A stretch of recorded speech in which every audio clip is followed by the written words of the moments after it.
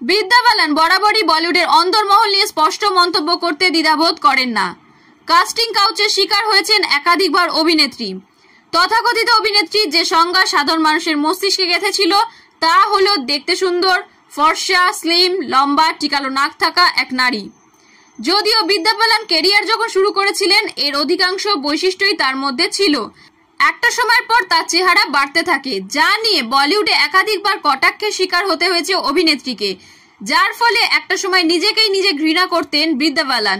আয়নার সামনে দাঁড়িয়ে নিজের চেহারা দেখতে মোটেই তার পছন্দ হতো না।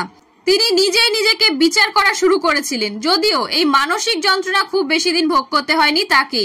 একটা সময়ের পর তিনি প্রমাণ করেছিলেন এই চেহারা নিয়ে তিনি একাই একটি ছবিকে টেনে নিয়ে যেতে পারেন।